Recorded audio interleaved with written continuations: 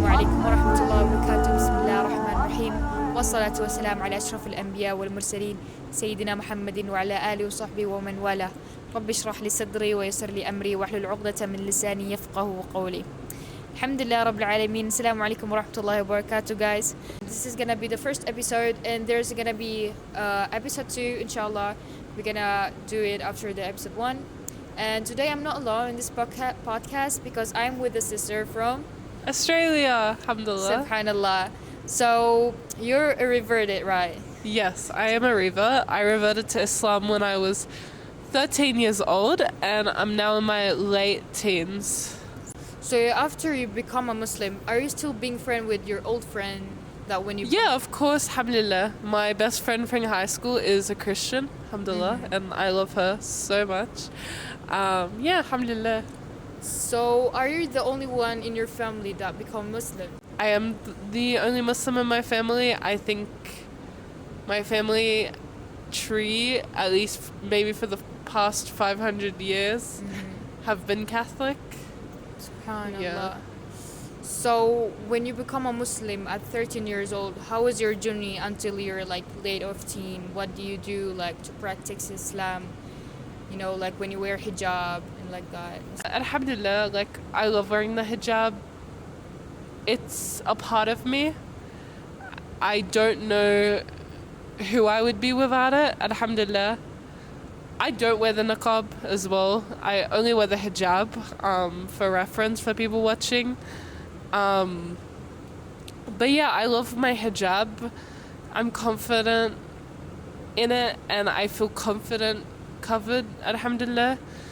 And yeah, I even like as soon as I like even before I reverted, I loved the hijab and I was very excited to wear it, alhamdulillah. So you're telling me that you were like one of the thing that you interest about Islam is the hijab, alhamdulillah.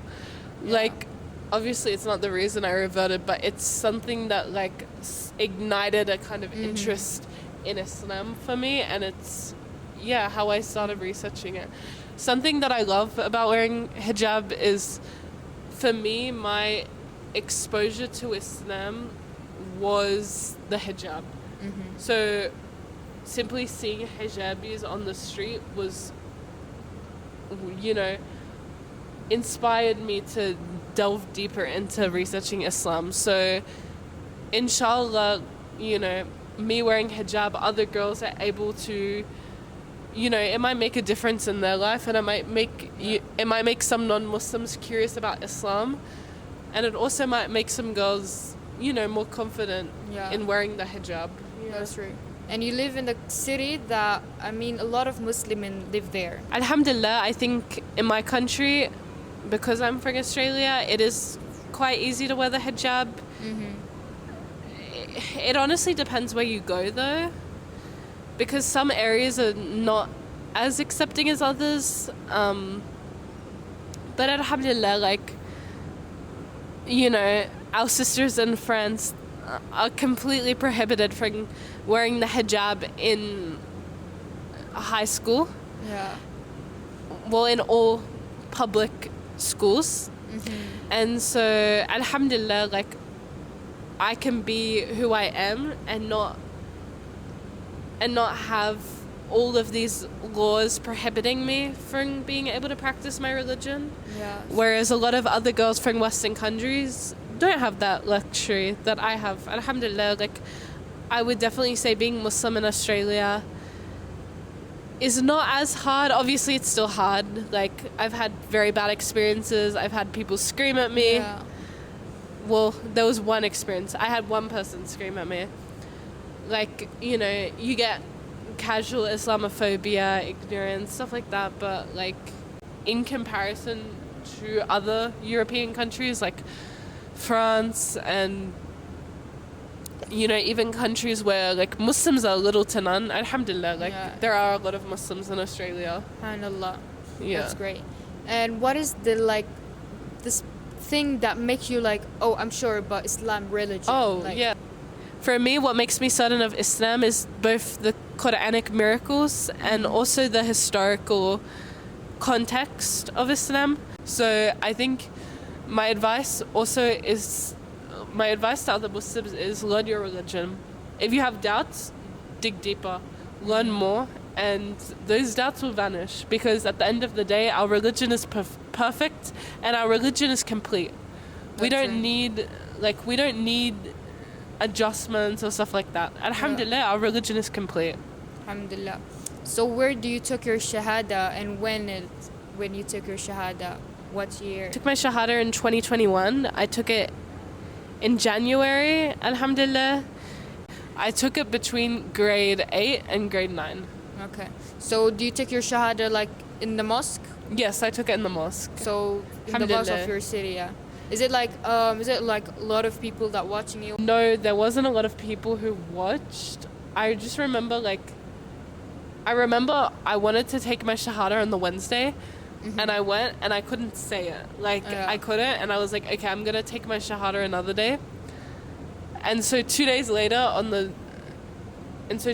Jummah, I was like, okay, I'm gonna take my shahada.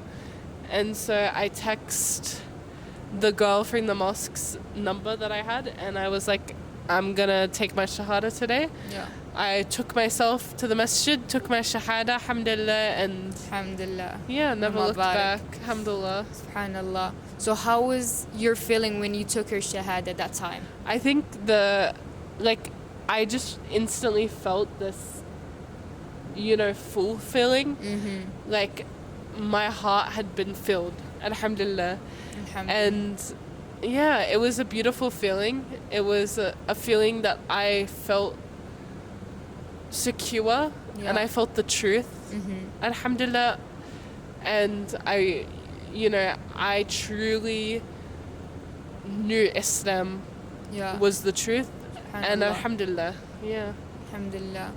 So how was your experience about going to proper city and experience and take a umrah as a reverted Muslim? Alhamdulillah, I feel like I'm home. Alhamdulillah, I feel like I'm home. The Masjid al-Nabawi and Masjid al-Haram are truly the most beautiful places you will ever go on earth. Alhamdulillah, I remember doing my umrah, and I just remember making all these du'as, and just, I just kept on making du'a, and alhamdulillah, I felt so much peace. And I have OCD, so I have I have my OCD around my religion. And alhamdulillah, I remember when I was at umrah, I truly, for me, because I have those kind of thoughts sometimes, I'm in the back of my head, when I was in umrah, I just felt this peace. I had been relieved of all my anxieties, alhamdulillah. Yeah. So how is your feeling when you first time see the Kaaba, the Qibla of Islam? Oh my God, mashallah. It was amazing. Alhamdulillah, I was with a bunch of kids because I was taking care of my friend's siblings. So I don't think I had the stereotypical Umrah experience where you walk and see the Kaaba and it's SubhanAllah. It's set. No, my Umrah experience was I walked, I saw the Kaaba, and I left immediately because it was very busy. And subhanAllah, my Umrah is hard work, Yeah, that's right. Umrah is very tiring. Umrah is it is not this kind of TikTok experience that you expect. It's hard work, it's tiring, there are loads of people, but at the end of the day, the connection you feel with Allah subhanahu wa ta'ala and the security that you feel, alhamdulillah, it is worth every single test. And even your hard work is paying with the good deeds that brings you to Jannah. That's the point. Alhamdulillah. SubhanAllah. Exactly. Alhamdulillah, and the rewards of it. Alhamdulillah. May Allah allow all the Muslimin to go Umrah. Inshallah. Inshallah. Alhamdulillah, it's so beautiful story that inspired Jazakallah khairan. Inspire the Muslim out there who watch this video, inshallah. And it's such a beautiful journey to become a revert Muslim from, Australia is a non-Muslim country, majority, so Subhanallah, it's a beautiful journey that we can take in this podcast, a beautiful story.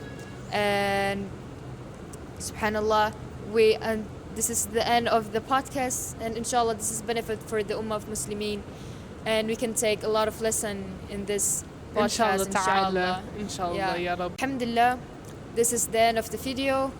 وآخر دعوانا أن الحمد لله رب العالمين. السلام عليكم ورحمة الله وبركاته. Assalamu alaikum wa rahmatullahi wa barakatuh.